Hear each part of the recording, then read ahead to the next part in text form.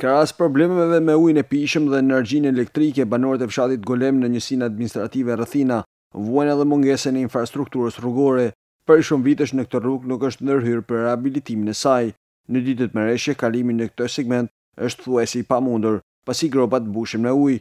Banorët kërkojnë që të merren masa për rregullimin e kësaj rruge. Vetëm për votimin vinë qesin kaj makinë zhavër edhe thonë e kanë 4 herë hënga fundi e tyne.